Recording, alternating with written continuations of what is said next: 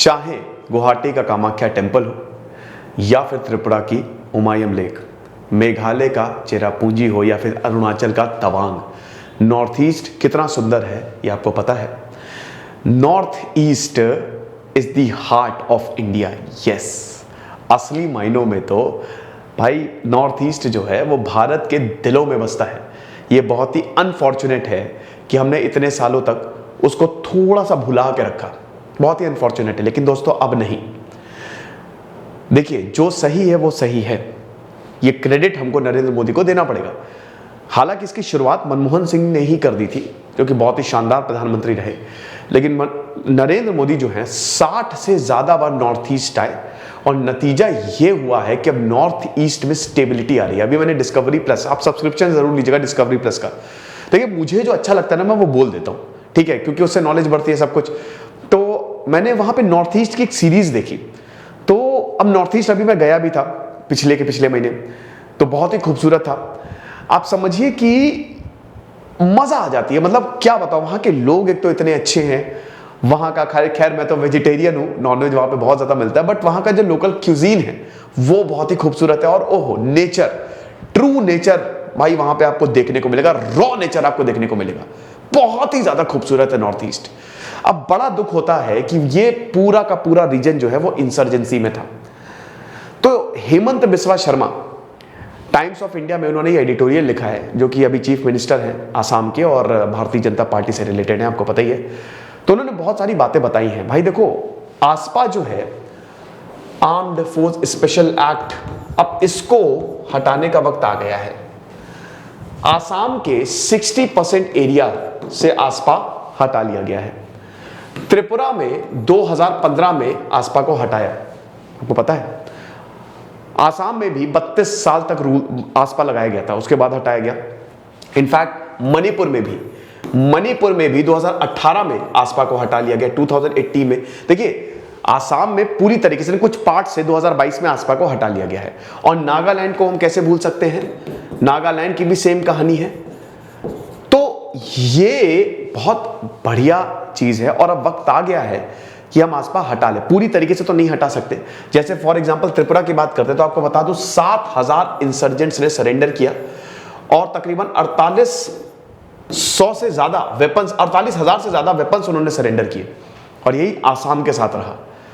लोग, और यहां पे देखिए जो सरेंडर कर रहे हैं ना, उसको सरकार मार नहीं रही, जेल में नहीं डाल रही है। आप आओ हमारे साथ काम करो। तो ये बहुत अच्छी बात है, क्योंकि north east is the way forward. North east strategically बहुत ज्यादा इंपॉर्टेंट है, बॉर्डर एरिया है वो, और टूरिज्म जबरदस्त, कल्चर जबरदस्त, क्यूजीन जबरदस्त, खेती जबरदस्त। North east is the next big thing of India, समझ लीजिए आप। तो ये गजब होने वाला है। और कुछ बताता हूं मैं आपको आसपा के बारे में। आसपा अगर इसकी हम बात करें तो 1942 में इसको लेके आए थे। क्विट इंडिया मूवमेंट चल रहा था और इसको क्रश करने के लिए ये लाया गया था। सेंटर के पास पूरी पावर थी कि अगर कोई भी ग्रुप देश के खिलाफ काम करे, बंदूक उठा ले, तो उसको गिरफ्तार कर सकते हैं विदाउट एनी वारंट। और ये अभी भी चला आ रहा है। 1972 को इसको अमेंड किया गया और इसमें सेक्शन 3 जोड़ा गया कि मतलब अब इसमें जो पावर रहेगी वो स्टेट, पहले राज्य के पास थी, स्टेट और राज्य दोनों के पास रहेगी। और इसको कहीं पे भी अगर इंसर्जेंसी होगी, सबसे पहले आसपा लगाया जाता है। लोगों का बहुत ज्यादा गुस्सा है। लोग कहते हैं ड्रैकोनियन लॉ है, क्योंकि ये हमारे राइट्स को ले लेता है। फेक एनकाउंटर्स हमको देखने को मिलते हैं, दिक्कतें बहुत ज्यादा हैं। तो लोग इसके बिल्कुल खिलाफ है। जहां जहां पे आसपा लगा है वहां वहां पे लोगों का दिमाग खराब हो गया कि आप इसको हटाओ, कुछ भी करके आप इसको हटाओ। तो ये ऐसे हम हटा भी नहीं सकते, क्योंकि अगर देश के खिलाफ कोई गतिविधियां होंगी तो उसको तो क्रश करना ही है। लेकिन अगर अभी हम नॉर्थ ईस्ट में बात करें तो नॉर्थ ईस्ट में 90% इस तरीके की गतिविधियां खत्म हो चुकी हैं। क्यों, उसका मैं आपको रीजन बताता हूं। हेमंत बिस्वा 2 रीजन बताते हैं। पहला, एक तो जो जबरदस्त डेवलपमेंट हुआ है और law and order situation completely बदल गई है। Law and order situation north east में कंप्लीटली चेंज हो गई है। दूसरा, जो पॉलिटिक्स सेंटर ने जो यहां पे रोल निभाया है उसको भी हम नकार नहीं सकते। अब देखिए, हेमंत बिस्वा शर्मा है भारतीय जनता पार्टी के, तो जाहिर सी बात है वो भारतीय जनता पार्टी की तारीफ करेंगे और कांग्रेस की बुराई करेंगे। बट यहां पे कांग्रेस की भी दाद देनी पड़ेगी। मैं बता तो रहा हूं कि ये मनमोहन सिंह के ही समय से शुरू हो गया था। नरेंद्र मोदी की ज्यादा तारीफ करनी पड़ेगी कि उन्होंने नॉर्थ ईस्ट को लेके बहुत सारे कदम उठाए, बहुत सारे, 60 से ज्यादा बार। पहली बार ऐसा हुआ है कि एक प्रधानमंत्री वहां गया है। देखिए, प्रॉब्लम ये है ना कि मेरे हिसाब से डिलिमिटेशन होना चाहिए नॉर्थ ईस्ट का, ठीक है।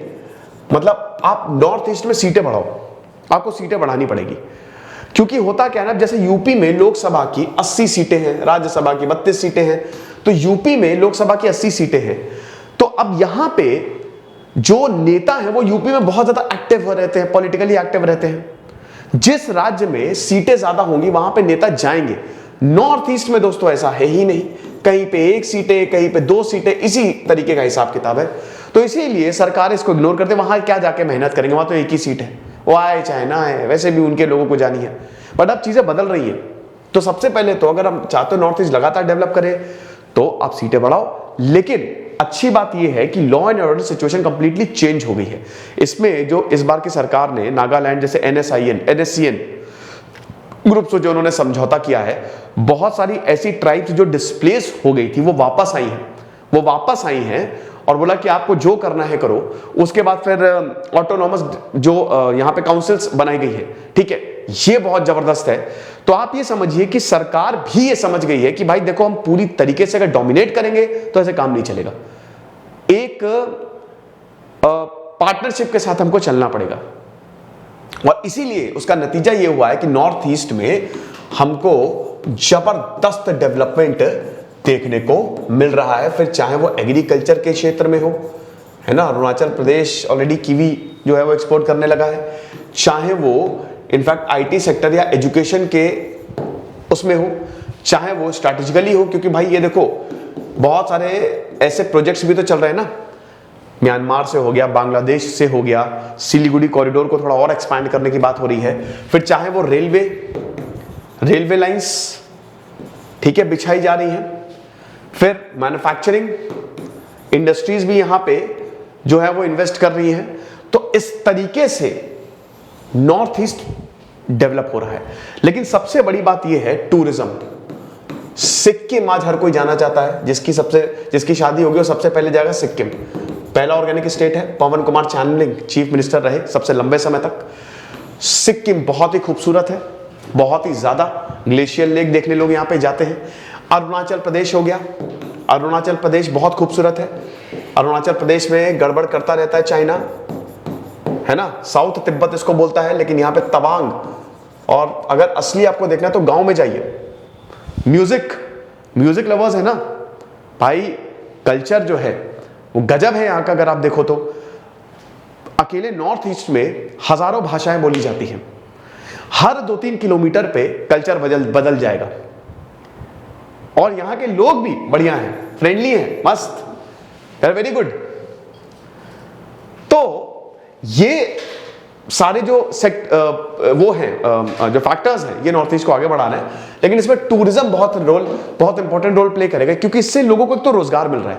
जैसे नागालैंड में पहले बहुत बड़ी प्रॉब्लम थी, लेकिन उनको बाद में समझ में आ गया, 1990s एंड तक समझ में आने लगा कि भाई देखो, अब अगर हम उनको एक्सेप्ट नहीं करेंगे तो हमारे लिए दिक्कत होगी। अल्टीमेटली हमको पैसा चाहिए, वहां के लोगों को रोजगार मिल रहा है। और सबसे बड़ी बात है, मिंगलिंग हो रही है भाई। नॉर्थ का कल्चर नॉर्थ ईस्ट से मिल रहा है, साउथ के लोग नॉर्थ ईस्ट जा रहे हैं, तो हम उनसे मिल रहे हैं, वो हमसे मिल रहे हैं।